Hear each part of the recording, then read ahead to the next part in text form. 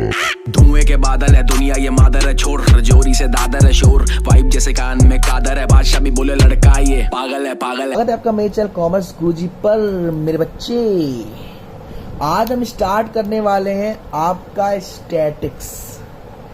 ये statics class 11th का chapter first है, जहां आपका बेसिक है, डिस्क्रिप्शन है। सीए फाउंडेशन के पेपर थर्ड का पार्ट सी का पहला चैप्टर है और सीएमए का भी बेटा चैप्टर है। यानी कि इस वीडियो को मैं पब्लिक रखूंगा इस सीरीज को, क्योंकि जो क्लास 11th के बच्चे हैं वो भी देख लें, और सीए सीएमए वाले बच्चे बेटा आपका भी बहुत इंपॉर्टेंट है, समझना बात को। स्टैटिक्स जो है उसे हमें दो पार्ट में बांटा गया है। कुछ लोग का कहना है कि स्टैटिक्स सिंगुलर है, कुछ लोगों का कहना है कि स्टैटिक्स प्लूरल है। मैं बिना किसी एग्जाम्पल दिए मैं आपको बताता हूं। मैंने 4 लोगों को इकट्ठा किया अलग अलग हाइट से, और मैंने उनकी एक एवरेज हाइट निकाली कि मोस्टली लोगों की हाइट ये है। मैंने पूरा एक स्ट्रक्चर बनाया उसे तैयार करने में। इसको मैं स्टैटिक्स कहूंगा सिंगुलर के हिसाब से। मैंने सिर्फ उन लोगों के हाइट का डाटा कलेक्ट कर लिया यूज करने के लिए, इसको मैं कहूंगा स्टैटिक्स प्लूरल के नाम से। आगे समझते हैं क्या। आगे आप लोग क्रिकेट तो देखते ही होंगे या जानते होंगे। क्रिकेट में जब भी किसी बैट्समैन बैटिंग करने आता है तो बगल में स्क्रीन पे आपको दिखता होगा इतने मैचेस, इतनी सेंचुरी, इतना ये पूरा इनका क्या होता है, स्टैट होता है। ऐसे ही बॉलर का आता है आपके कि इतने विकेट्स, इतने मैचेस, टेस्ट में इतने, T20 में इतने, ये सब क्या है, स्टैट होता है। यही स्टैट बेटा आपके बिजनेस में भी होता है। फलाना बिजनेस पिछली साल कितना प्रॉफिट, पिछली साल कितनी सेल्स, कितने का लॉस, ये सब हमारा क्या है, स्टैटिक्स कहलाता है। तो अब हम चलते हैं बेसिक पे, क्योंकि मेरे बच्चों को बेसिक से स्टार्ट करना है। जब मैं स्टैटिक्स की बात कहूंगा, सिंगुलर में स्टैटिक्स क्या होता है, सिंगुलर में स्टैटिक्स एक साइंटिफिक मेथड होता है जो किसी डाटा को कलेक्ट करता है, एनालाइज करता है और फिर प्रेजेंट करता है। ध्यान समझना शुरुआत से।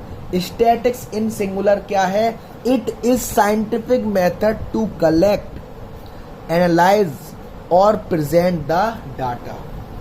आपने किसी डाटा को कलेक्ट किया, डाटा को कलेक्ट करने के बाद एनालाइज किया, फिर प्रेजेंट किया। फॉर एग्जाम्पल, आपके घर में जो रूम होते होंगे कभी ना कभी बेकार या गंदे पड़े रहते हैं, कपड़े उधर पड़े हैं, चीजें उधर उधर रखी हुई हैं, ठीक है ना। अब मान लो वो सारी चीजें और बढ़ती हैं उस कमरे में, बहुत गंदा पड़ा है, आप गए और आपने देखा यार जो कमरा है वो बड़ा गंदा पड़ा हुआ है। ये क्या किया आपने, कलेक्ट किया डाटा। अब आपने एनालाइज किया कि किस चीज को मैंने कहाँ रखना है, कौन सी चीज को कहाँ रखना है। ये जाहिर सी बात है आपके घर में आपको मालूम रहता है कि कौन सी चीज को कहाँ रखना चाहिए। आपने कमरा साफ करना स्टार्ट कर दिया। ये क्या किया, एनालाइज किया। और एनालाइज करने के बाद जब कोई आएगा वो आपका कमरा देखेगा कि अच्छा आपने इसका मतलब कमरा सेट कर दिया, सही कर दिया। ये क्या कर दिया, आपने डाटा को प्रेजेंट कर दिया। तो 3 चीज होती हैं, किसी भी डाटा को कलेक्ट करना, उसके बाद उसका एनालाइज करना और प्रेजेंट करना। क्यों, क्योंकि आप एक कंक्लूजन तक पहुंचना चाह रहे हैं। हम बिजनेस में बात करें, मैंने कहा भैया मुझे बताओ ये एबीसी कंपनी है जो आजकल बहुत प्रॉफिट कमा रही है, इसका मुझे स्टैटिक्स चाहिए पिछले 1 साल का। आप इसके सारे डाटा को कलेक्ट करोगे, कितने इन्वेस्टर हैं, कितने सप्लायर हैं, पिछली साल का प्रॉफिट, ये सब कलेक्ट कर लिया। फिर एनालाइज करोगे, इससे इतना प्रॉफिट हुआ, इससे इतना प्रॉफिट होता है। फिर क्या करोगे, प्रेजेंट करोगे कि ये देखो साहब इस कंपनी ने इस साल का इतना प्रॉफिट कमाया है।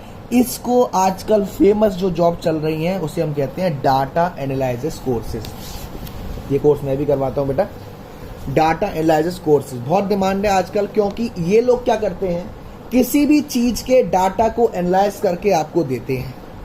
वो चाहे स्टॉक मार्केट का डाटा हो, किसी कंपनी का डाटा हो, वो डिपेंड करता है आपके ऊपर। क्लियर है। तो क्या समझे कि सर स्टैटिक्स इन सिंगुलर में क्या है कि एक साइंटिफिक मेथड है जहां किसी डाटा को कलेक्ट किया जाता है, एनालाइज किया जाता है, फिर प्रेजेंट किया जाता है ताकि हम उससे कोई कंक्लूजन निकाल सके। क्लियर है। तो बेसिकली कहा जाए कि स्टैटिक्स 3 पार्ट में बटी हुई है इन सिंगुलर में। डाटा को कलेक्ट करना, डाटा को एनालाइज करना और डाटा को प्रेजेंट करना, क्योंकि हमें क्या निकालना है, कंक्लूजन निकालना है। यहाँ तक क्लियर है। अच्छा, प्लूरल में क्या होता है, प्लूरल में क्या होता है, कोई भी डाटा चाहे वो क्वालिटेटिव हो या वो क्वांटिटेटिव हो, मतलब क्वालिटेटिव यानी कि सब्जेक्टिव में हो और क्वांटिटेटिव यानी कि नंबर में हो, आपने उस डाटा को कलेक्ट किया स्टैटिस्टिकल एनालिसिस के लिए, तो कलेक्ट करते ही ये क्या है, स्टैटिक्स है, ये प्लूरल में है।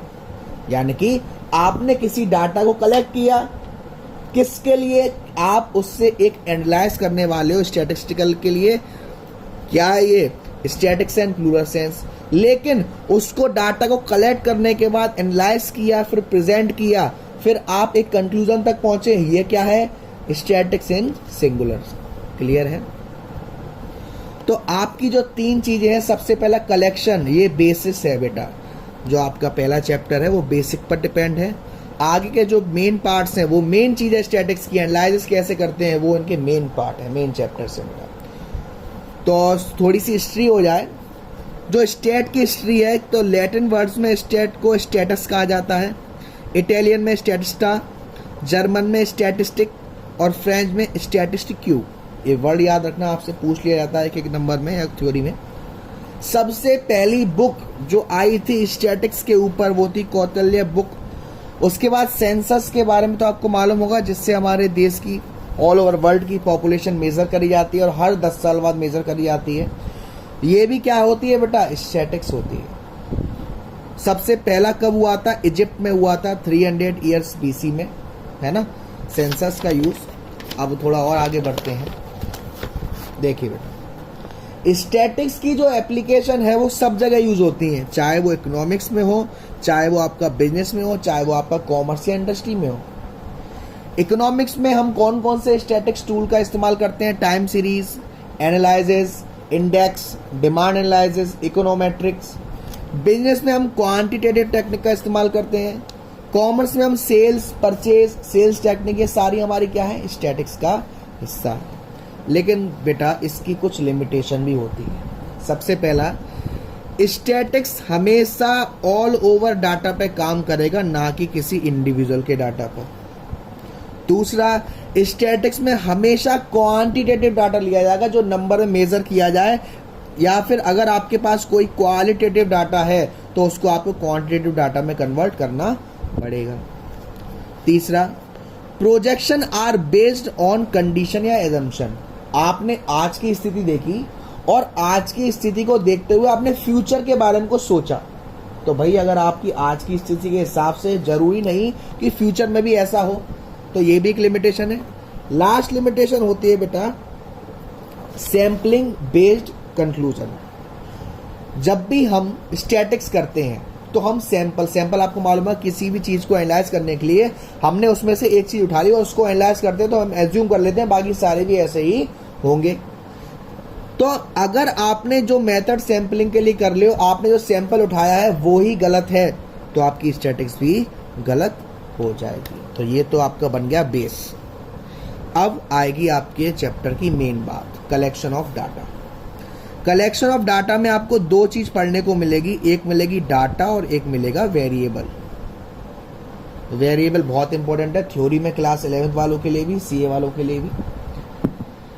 किसी भी चीज को जब आप क्वांटिटी में मेजर कर सकते हो, किसी भी चीज को आप क्वांटिटी में मेजर कर सकते हो, वो क्या होता है, वेरिएबल। किसी इंसान की हाइट, किसी इंसान का वेट, सड़क पे कितनी सिड्डी है, आज कितने एक्सीडेंट हुए, सचिन ने कितने छक्के मारे आज, ये सब वो डाटा जो आप नंबर में मेजर कर सकते हो, वो वेरिएबल होते हैं।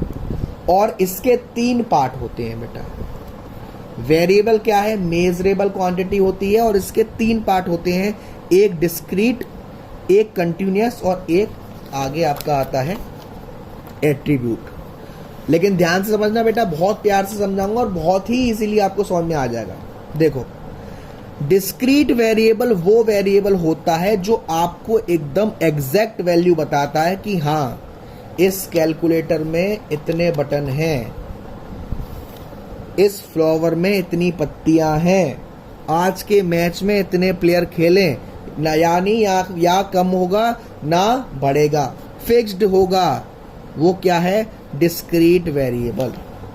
लेकिन कंटिन्यूअस वेरिएबल में आप जो वैल्यू ले रहे हो वो हो सकता है कम भी हो जाए, हो सकता है बढ़ भी जाए। फॉर एग्जांपल हाइट अगर किसी की मान रहे हो तो 5.1 भी हो सकती है, 2 भी हो सकती है, 3 भी हो सकती है। वेट किसी का मेजर कर रहे हो तो 60 भी हो सकता है, 61 भी हो सकता है, 62 भी हो सकता है, इंक्रीज भी हो सकता है, डिक्रीज भी हो सकता है। वो कौन सा है? Continuous variable. लेकिन एट्रीब्यूट वेरिएबल कौन सा होता है? जो क्वालिटेटिव कैरेक्टरिस्टिक का होता है, जैसे कि जेंडर ऑफ, है ना, ये हमारा कौन सा है? एट्रीब्यूट, जो आपकी क्वालिटी बताता है। ठीक है ना। अब बात आई डाटा की।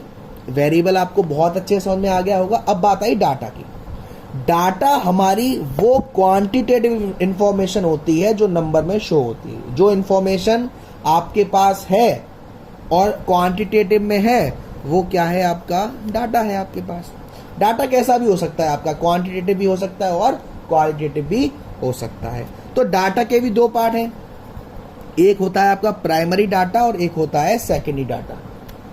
जो वाक्य जहां पर हुआ आपने वो डाटा वहीं से लिया है, या फिर जो डाटा पहली बार रिकॉर्ड किया गया है वो आपका क्या है?